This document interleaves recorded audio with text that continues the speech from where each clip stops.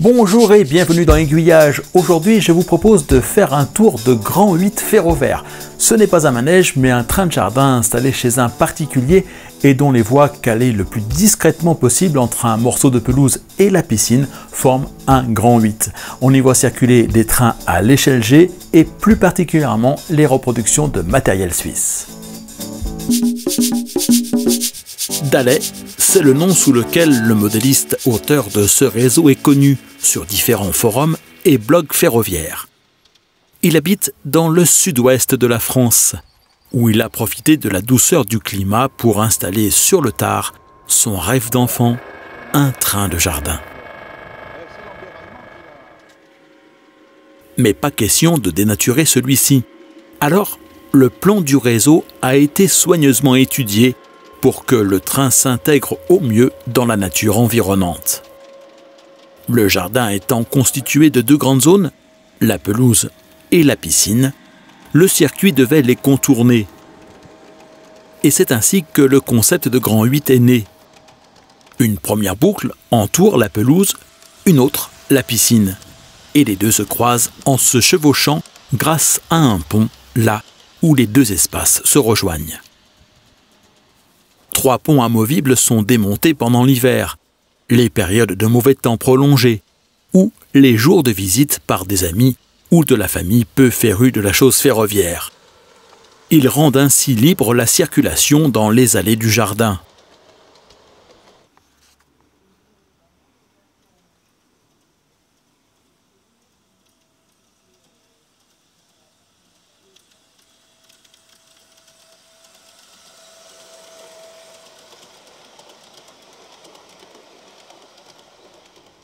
Deux barreaux permettent de varier les circulations en autorisant les trains à quitter une boucle pour atteindre l'autre en changeant de direction ou de rejoindre la gare.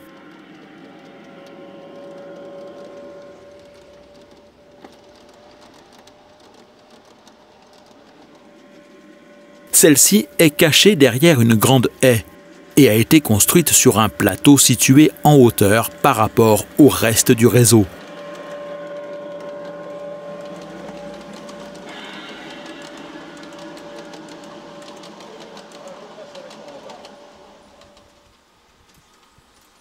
À l'origine, il s'agissait d'une gare en cul-de-sac, mais depuis cet été, une boucle hélicoïdale construite dans un coin du réseau permet de l'atteindre par son autre extrémité, ce qui a conduit à la transformer en gare de passage et à multiplier les possibilités de jeu. Un aboutissement pour Dallet qui ne regrette qu'une chose, s'être lancé sur le tard dans la réalisation de son projet. C'est venu d'un seul coup, je faisais plus de la simulation sur l'ordinateur et connaissant LGV depuis pas mal de temps, depuis j'étais relativement jeune, finalement c'est en voyant un wagon LGV et tous les progrès qu'ils avaient fait au niveau des tailles, etc. J'ai dit, maintenant que j'ai un jardin ici, je dois pouvoir faire quelque chose, voilà. Donc ça m'est venu et c'est en 2000, je dirais que l'idée m'est venue vers 2010-2011. On a mis vraiment tout en chantier en 2011 et il a commencé à tourner en 2012. Hein.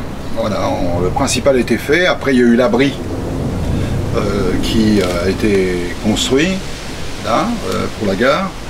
Et puis disons qu'on a essayé de rester toujours dans un jardin paysager puisque ma compagne souhaitait garder le caractère du jardin. On peut dire qu'il est même encore plus arboré qu'il était à l'époque. Donc on essayait de gagner encore en beauté dans le jardin pour que les gens qui viennent nous voir et qui n'aiment pas le train soient dans un jardin classique. Et puis d'un autre côté, j'ai essayé, comme j'aime les grands rayons, de faire vraiment le tour des pelouses et le tour de la piscine en faisant un Grand 8, c'est pour ça qu'on appelle ça le Grand 8 Ferroviaire, hein, finalement, avec un petit pont là, où les deux anneaux qui contournent la pelouse et la piscine peuvent se croiser. Et puis là, bon, j'ai mis une gare planquée derrière les haies, pour que là, vraiment, on sente vraiment le ferroviaire.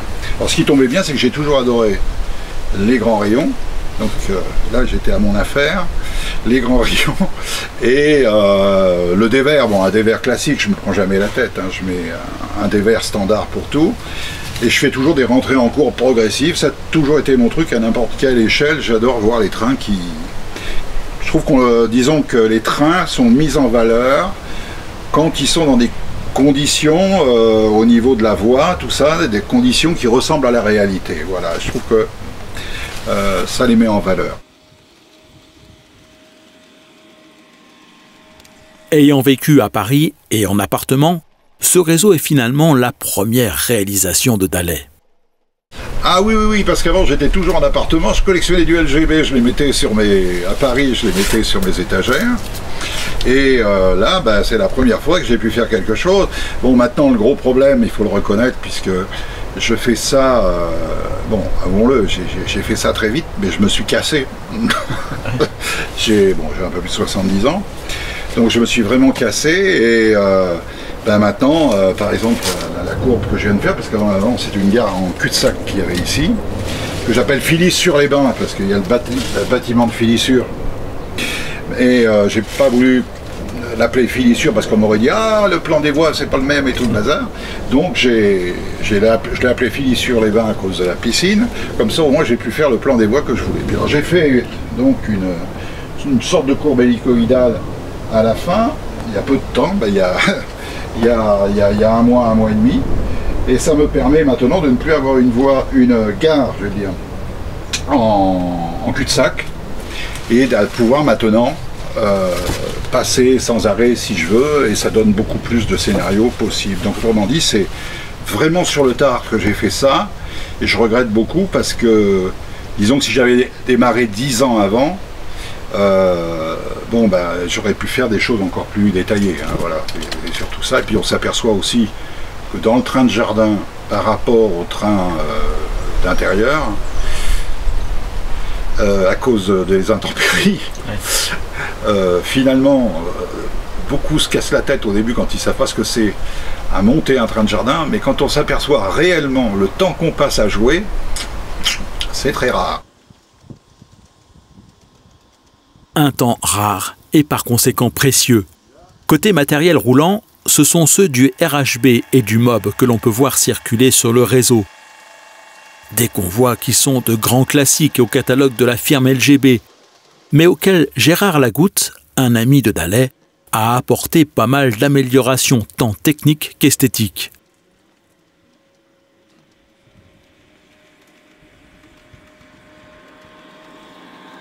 Les trains suisses se sont imposés à Dallet comme une évidence, depuis qu'il a goûté au voyage ferroviaire Made in Helvétie. Quand vous allez en Suisse et que vous prenez le train, c'est un autre monde, je veux dire. C'est vraiment un autre monde, sur voie métrique, les containers, les chars d'assaut qui passent sur... Et puis tous les trains touristiques. Non, j'ai toujours été passionné par RHB, puis MOB aussi. Donc j'attends du reste ce que sort LGB en Golden Pass, parce que finalement j'ai que 3 wagons bleus et crème pour l'instant. Mais c'est vrai que j'ai toujours été très, très attiré par ce train de montagne en quelque sorte, hein, à voie métrique, que j'ai eu l'occasion de prendre, le Glacier Express, maintenant avec ses croix, hein, telles qu'ils l'ont fait avec la nouvelle livrée. Je l'ai pris entre Saint-Maurice et Brigue. Et le Bernina Express, j'ai eu la chance de faire donc Coire-Tirano. Voilà. Tirano, c'est absolument fabuleux, l'Albula, les tunnels hélicoïdaux, non, c'est un autre monde. Et au début on voulait louer une voiture, je me rappelle quand on a visité, mais eux, il y a tellement de trains partout. Et puis alors ce qui est formidable, pour parler des Suisses, c'est que ils ont mis 2-3 ans je crois à faire ça. Ils ont fait un système de correspondance avec les funiculaires, avec les bateaux, avec les grands trains, avec les petits trains. Et généralement quand vous arrivez quelque part, vous n'attendez pas 10 minutes pour avoir des correspondances. Alors ça c'est un truc fabuleux, et chaque jour le train part au même quai, bon, toutes les demi-heures, mais vous, finalement c'est complètement dingue. Ils ne se sont pas pris vraiment la tête, ils ont fait quelque chose d'absolument fabuleux au service des voyageurs, et ça fait plaisir.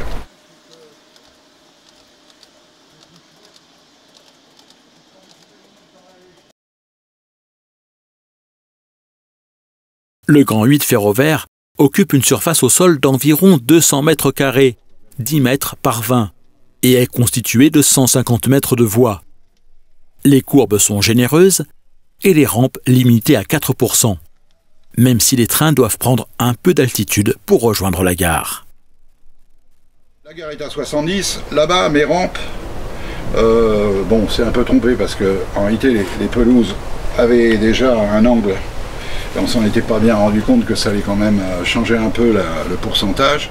Donc je dois être légèrement au-dessus de 4 sur les rampes qui viennent depuis la maison, en passant par le pont, dans cette entrée-là, hein, autrement dit, sur cette grille-là. Alors que la courbe hélicoïdale, elle est de 3,7 3,7 cm tous les mètres. Et c'est vrai que pour le matériel LGB, quand vous êtes en dessous de 4, c'est bien. Voilà. Par contre, les rayons, toujours pareil, j'ai que du R5. Et disons que le plus petit rayon, j'étais obligé de le faire, il y avait ce recoin ici pour mettre la courbe. Donc il fait 1,90 m, 85 m. Autrement, on peut dire que la moyenne des rayons ici, c'est entre 2,50 m et 3 m. L'exploitation du réseau est numérique, ce qui a le mérite de limiter le nombre de câbles à tirer le long des voies. Ceux-ci sont tout de même nécessaires pour venir alimenter les signaux qui jalonnent le réseau. Des feux qui servent à Dallay à voir de visu si les itinéraires sont bien tracés. C'est ce qu'il appelle la SGI, signalétique de gestion d'itinéraire.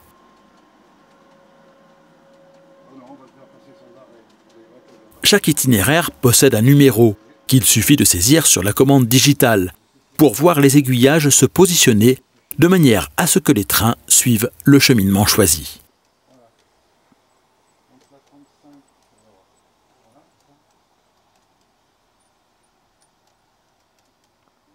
Depuis le passage de la caméra d'aiguillage, les travaux se sont poursuivis sur le réseau du Grand 8 Ferrovaire. Le ballastage est maintenant intégral dans la gare, les quais ont été relissés et repeints, des bandes blanches de sécurité ont été posées, ainsi que des murs et des murets anti-pluie sur le plateau en fond de gare.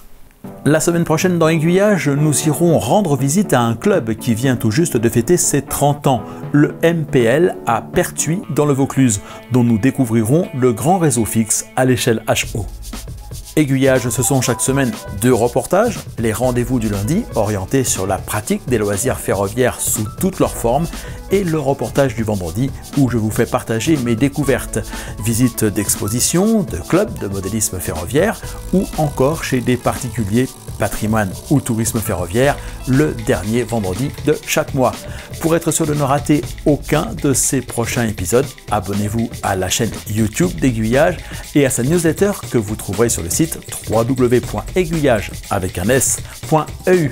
Et si vous le souhaitez, vous pouvez soutenir le projet d'Aiguillage en devenant un aiguillonaute VIP.